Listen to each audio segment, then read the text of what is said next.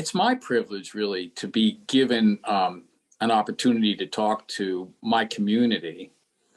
And metaphysics is really the whole principle behind the science of mind.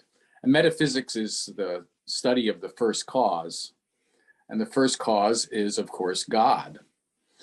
So we have a year-long theme here, and that is living in everyday wonder. And it's really living in everyday wonder that the whole forgiveness thing is being generated to realize. Because if you're like me, uh, you're living in everyday wonder is like wondering how I'm going to get through this next day. It's not that bad. In fact, I'd like everybody to take a minute to imagine what it is to live in everyday wonder. Because if there's something we want, it's to live in the presence of the Spirit. So just take a couple of seconds and imagine what it is to live in everyday wonder.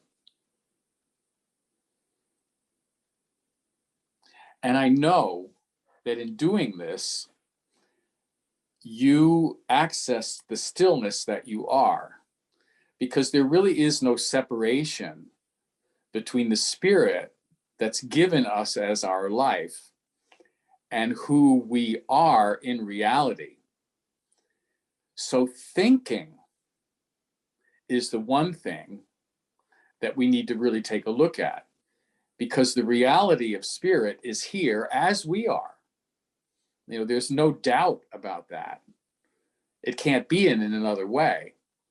But we are able to think in a variety of ways. And so the theme of the science of mind is change your thinking, change your life. But if, and Jackie points out, if you're experiencing success, don't do anything different. Continue to have that success. So living in everyday wonder is having the success that you're going to have today in appreciating what's wonderful about life. And it's going to happen. It may be happening right now. I mean, that is Reverend Patrick's affirmation at the end of service. Something wonderful is happening to me right now. Good thing. So living in everyday wonder is not as easy as it appears, because without this forgiveness that is our topic today, it sometimes is not easy to access everyday wonder. In fact, we live in a world that doesn't appear to be very wonderful, but that's appearances. Never judge by appearances. So what I'd like to do today is to look at the whole teaching of forgiveness from a number of different perspectives. And, while I was meditating with Nild, it occurred to me that one of the principal teachings of Jesus was forgiveness. Forgiveness of sins was really the source of the miracles that he participated in. The miracle is the life given. And Jesus said, I and the Father are one. And people didn't like the fact that he was saying this, but what they missed was that the Father comes first. The first cause is what's given. And so in order to be in that first cause, we need to forgive what appears to be the world. And the world is this place where we're challenged. And to go back to the original premise, I wonder how I'm going to get through. I wonder what's going to happen to me, And so there's a basic division that the world appears to have.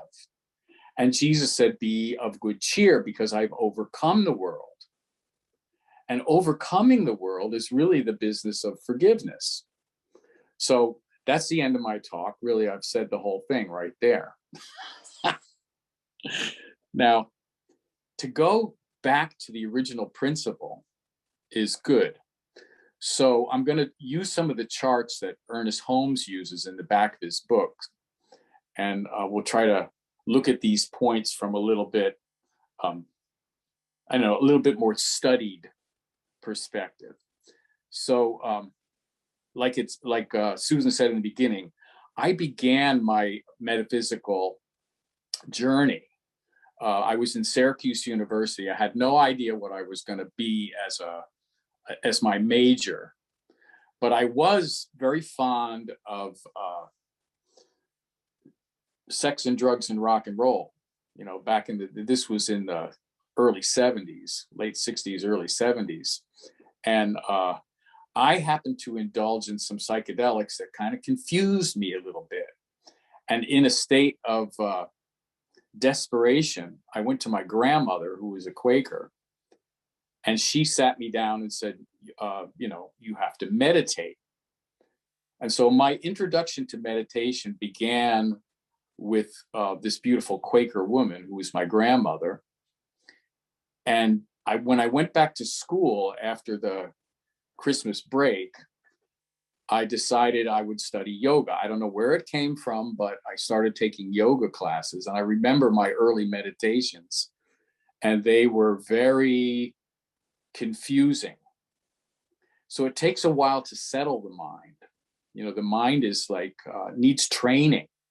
It needs to learn how to be quiet.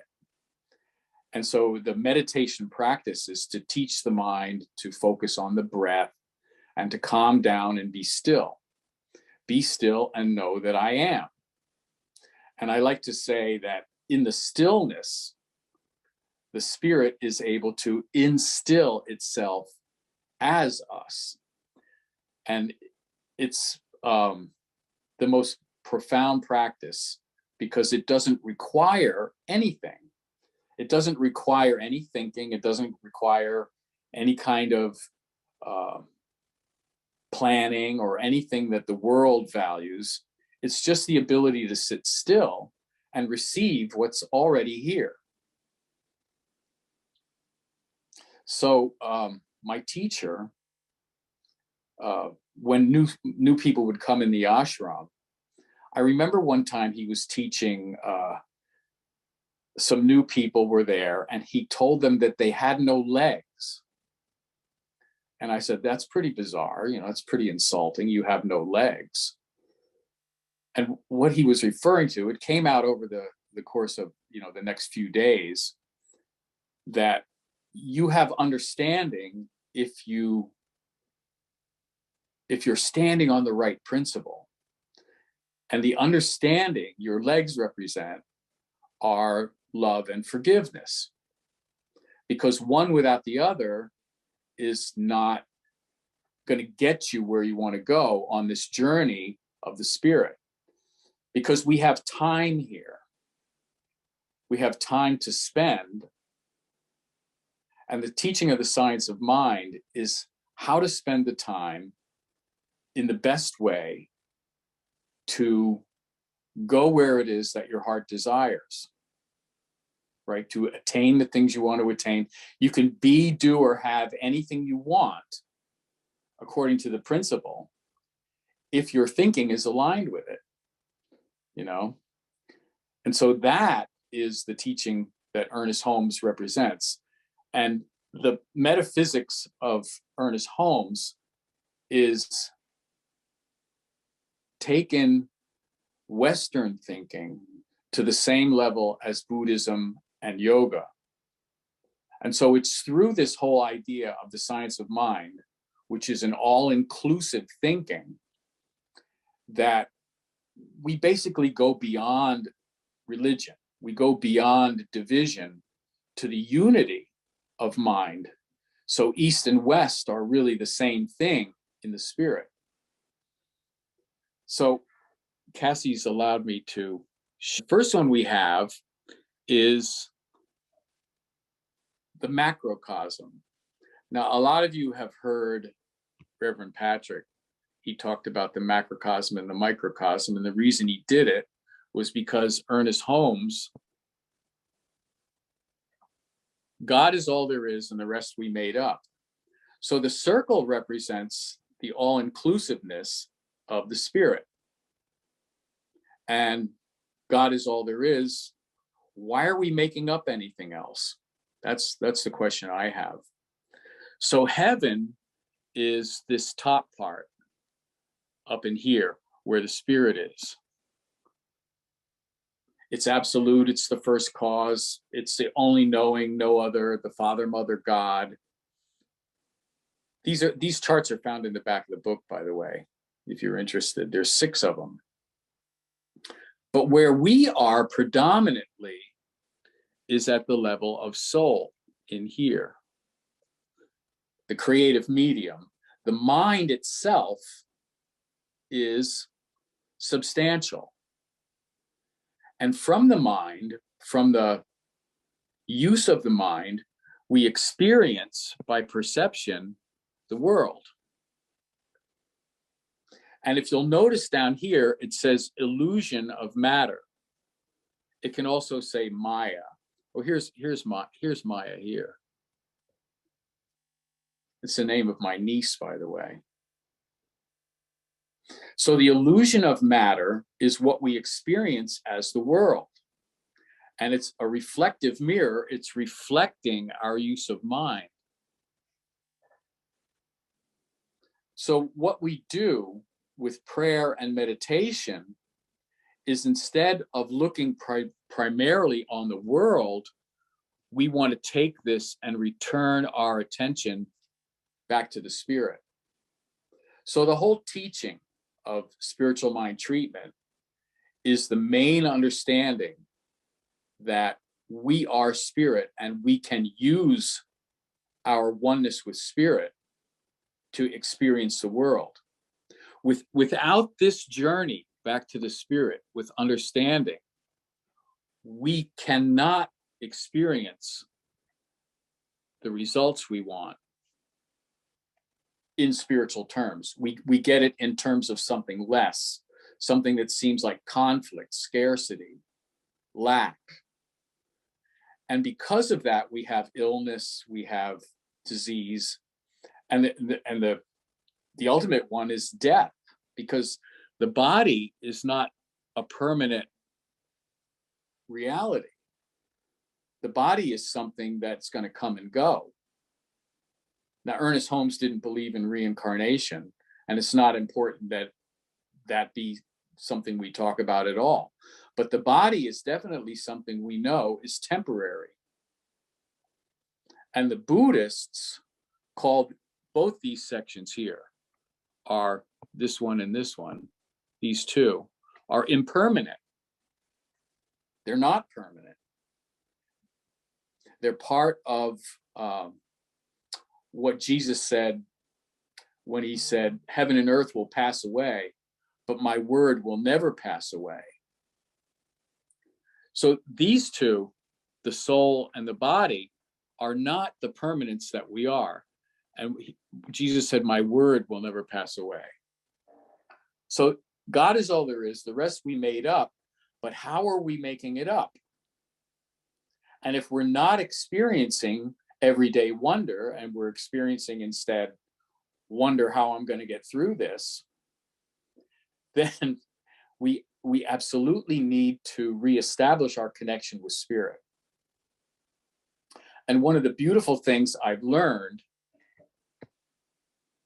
in just recently in doing this talk and preparing for this talk, that when I'm out of touch with spirit, which seems to be a lot, but that's an illusion.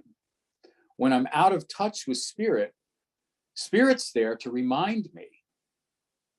And I can stop and be still at any time and breathe in that inspiration that stops whatever it is, the illusion of separation, and reestablishes my contact as who I am with God, my life, and that to me is the blessing of this study. The fact that we can actually do something like that. We can actually pray at any time. And the beauty of what I've learned here at Centers for Spiritual Living, Connecticut Center for Spiritual Living, is this tool of prayer. Before I began my study here, it said I wrote a little book. Basically, what I did was make a summary of all the things I'd learned to that point. And what I had learned to that point has some value. But right after I published that book, a friend of mine brought me to my first meeting of CSL. And I realized that there was a lot here that I needed to learn. And the primary thing was this prayer, this use of the word from an inspired place. And so I started my practitioner, I started taking classes and became a practitioner. I like being a licensed practitioner because I'm an official representative of this group, this Centers for Spiritual Living. And we're all inclusive, and to me, all loving, all understanding. So the use of prayer as primary thinking is really my healing. And when I do prayer with those that are in need of healing, I'm healing myself, because the separation between us is an illusion. We are all spirit. And until we begin to heal the division, we're going to experience the division, which is pain. I had an opportunity to pray for a friend the other night. And not only did I pray in that moment, but that prayer continues. And that prayer will continue until the healing is complete. This is a beautiful thing. When we use our mind in the service of the God that created it in the first place, it does more than we can imagine.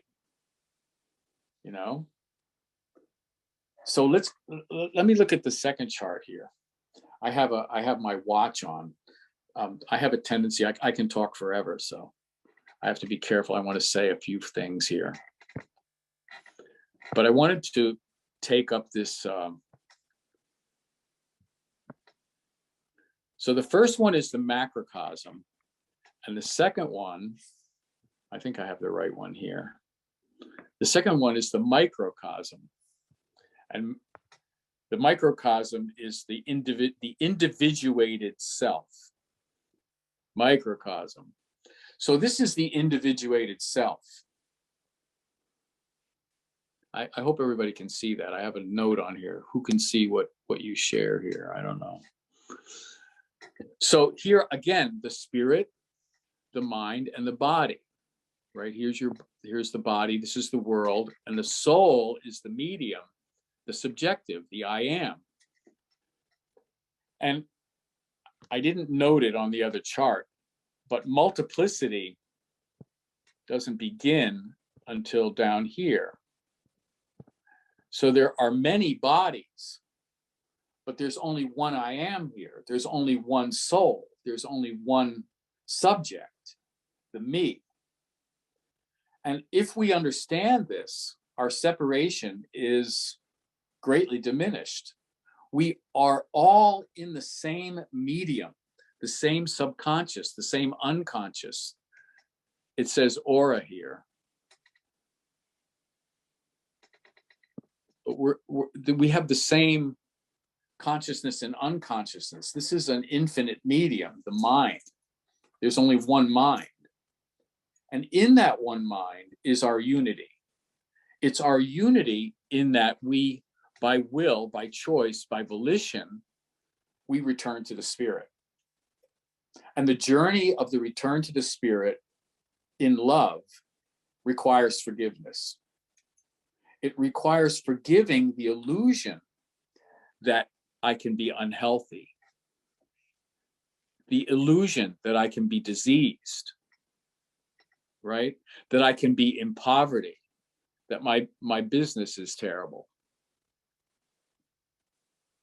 It requires that we change our thinking from focusing on the world to returning to who we really are.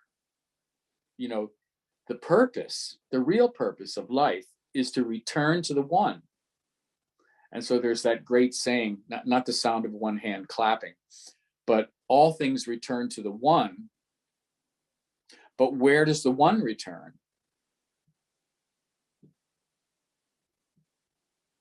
Well, it doesn't return anywhere. It's already itself. It's already perfect. The idea that it can be imperfect is called illusion, Maya, the world. And so people are struggling in the world to get where they already are. You know, there's an image of a jar, and a jar is a form. And the reason I like jars, it's judgment, attachment, and resistance.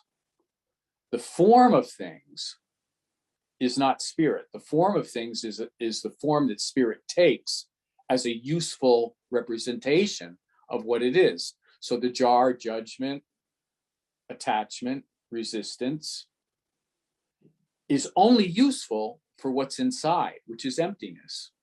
Inside the jar is non-attachment, non-judgment, and non-resistance. The breath, the air, the formless. And so the jar only is used to offset what's inside it. And that's our spirit. Forgiveness is our access to what's inside these jars.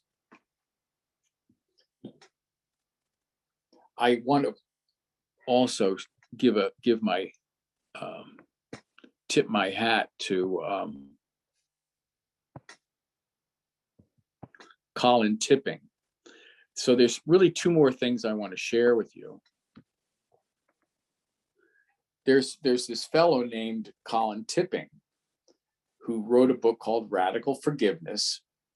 And in his book, he talks about how our relationships are designed by the Spirit to forgive each other our lack of love. So when we go through divorce, when we go through trauma, we tend to think of ourselves as small, weak, insignificant, traumatized, diseased, whatever it is, depressed. Depression is a big one. And in order to see that that's not the truth of who we are, we relate one to the other in a way that reestablishes our wholeness. So that the purpose of our relationships really is to have this forgiveness. And if the world could understand this, we would have a very, very different place. So the world that works for everyone, which is one of our themes here at Centers for Spiritual Living, is a world of forgiveness. If we can find forgiveness, we can find love. And conversely, if we can find love, we can find forgiveness. The two legs of the journey, which will take us wherever we want to go, the return to heaven is the main theme. The world that works for everyone is a heavenly world. So love and forgiveness is this journey. And I wasn't going to read from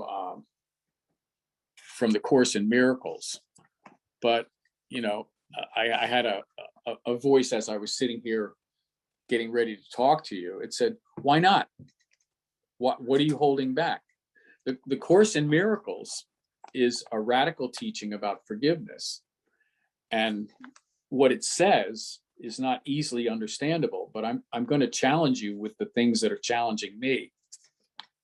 And I'm just going to read a couple of things from a passage called "What is Forgiveness?" from the Course in Miracles. Paragraph 1, it says, "Forgiveness recognizes what you thought your brother did to you has not occurred. It does not pardon sins and make them real. It sees that there was no sin. And in that view are all your sins forgiven. What is sin except a false idea about God's Son, who you are? You can't sin. Forgiveness merely sees its falsity and therefore lets it go. What then is free to take its place is now the will of God, that you be happy, that you be in love. Do nothing then, and let forgiveness show you what to do through him who is your guide. The course is a guide. The guide is the Holy Spirit.